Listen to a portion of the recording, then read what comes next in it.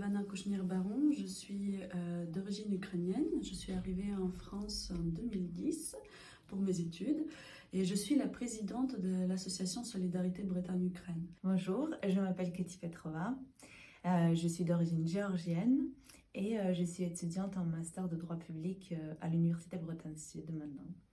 Donc, je fais partie de l'association Solidarité Bretagne-Ukraine depuis le jour de création de cette association, puisque le lendemain de la guerre, je suis sortie sur la place de la mairie pour voir s'il y avait des actions de prévues, etc.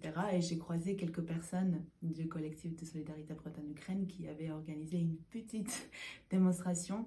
Ils étaient 5 ou 10 et je les ai rejoints. Et depuis ce jour, je fais partie de ce collectif, puis de l'association. On a été d'abord comme une plateforme pour parler des droits humains, pour parler de emprisonnement d'Ukrainiens, des artistes ukrainiens incriminés.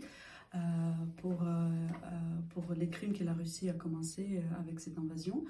Et ensuite, en 2022, on s'est formé en association pour pouvoir continuer nos actions et éventuellement élargir nos actions pour les personnes qui arrivent et pour continuer à parler de l'Ukraine, parler de sa culture et casser un peu la propagande pour faire le contre-pied à la propagande russe, qui est quand même malheureusement a préparé son terrain et qui était assez puissante. Nous avons organisé de la permanence juridique, nous avons fait de la traduction à la préfecture du lundi au vendredi et pendant 6 mois depuis le début de la guerre. Également, nous avons organisé des cours de français pour les déplacés. On a 5 cours par semaine. Des cours d'ukrainien pour partager la culture ukrainienne. On a mis en place en ce moment un projet d'aide psychologique pour des personnes déplacées. Et puis également, on a un événement qu'on attend depuis assez longtemps, c'est la bibliothèque ukrainienne qu'on va ouvrir ce dimanche 21 mai. Pour nous, c'est un moment important parce qu'on continue à promouvoir la culture ukrainienne et on continue à lire et s'instruire, même si c'est difficile pour nous, même si la guerre, ça porte la destruction. Mais quand même, on a besoin de se raccrocher à la connaissance et à l'instruction.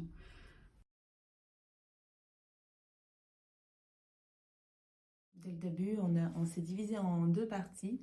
Une partie s'occupait réellement donner des dons et des aides humanitaires à des personnes venant de l'Ukraine ou envoyer de l'aide humanitaire en Ukraine, et une deuxième partie du collectif que nous, on s'occupait des personnes qui étaient déjà sur place et qui avaient déjà besoin d'aide dans leur démarche administrative ou juridique. Et c'est d'ailleurs pour cette raison-là qu'on avait décidé de devenir une association pour avoir plus de visibilité, pour pouvoir rencontrer des représentants des pouvoirs locaux, pour pouvoir envisager le programme d'action pour faire face de cette situation d'urgence qui n'a pas été prévue par le droit, qui n'a pas été prévue par la politique locale ou nationale. Donc il fallait tout faire ensemble. Donc le collectif était un interlocuteur privilégié pour les pouvoirs publics, justement parce que nous, on transmettait ce message des besoins et de la situation réelle qui était sur le terrain. Donc c'était un moment, plusieurs mois très très chargés pour tous les bénévoles de l'association. Et c'est à ce moment-là que plusieurs représentants de collectifs étaient présents tous les jours à la préfecture de manière bénévole à traduire pour toutes les personnes venant de l'Ukraine sans distinction de race et de nationalité. Et c'était vraiment des mois de soutien et d'aide incroyable. Donc petit à petit les choses se sont calmées et actuellement notre association a réussi à avoir des missions beaucoup plus spécifiques. On est un petit peu plus organisé, un peu moins stressé parce que malheureusement le conflit n'a pas arrêté. Malheureusement ce conflit s'est inscrit dans le temps et c'est quelque chose dont on avait peur. Mais finalement, c'est arrivé, donc il faut qu'on fasse réellement le face pour tout ça. Aujourd'hui, après plus d'1 an de cette guerre qui continue, moi, et des souffrances et de douleurs et de génocide du peuple ukrainien et exécution des soldats ukrainiens indirects et des déportations des enfants ukrainiens, plus de 300 000 qui sont déportés en Russie de force. illégalement alors que leurs parents sont vivants et adoptés par force en Russie, où ils créent des camps de concentration, de vacances, où ils essayent de laver les cerveaux aux enfants ukrainiens et les déraciner de tout ce qui est l'Ukraine, où ils sont punis parce qu'ils disent gloire à l'Ukraine ou parce qu'ils portent des vêtements avec jaune et bleu. Donc là, vraiment, on vit ça en direct et le monde a beaucoup réagi, mais on attend à ce que le monde réagisse plus. On est conscient que la guerre, il faut qu'elle soit arrêtée et la paix soit durable chez nous, en Ukraine, et en Europe et dans le monde.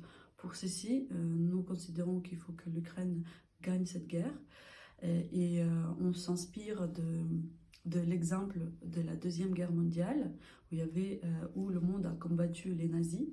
Là, nous avons en face de nous des racistes, des nazis qui n'ont aucun respect des droits de l'homme, qui ne respectent aucun peuple, qui sont des racistes, qui sont des violeurs, des pilleurs.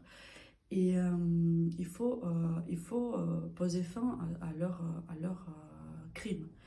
Et pour cela, moi personnellement, je ne vois pas d'autre issue que la défaite de la Russie et la déconstitution de l'État de la Russie tel qu'il existe aujourd'hui, et que toutes les républiques qui sont actuellement russes prennent leur indépendance. Si d'aujourd'hui, ce n'est plus un État et elle devrait être reconstituée, et pour permettre aux gens qui habitent ces territoires vastes de créer un nouveau monde démocratique et instruit, pour qu'ils puissent accéder à la culture, à la connaissance et aux études, proprement parlé.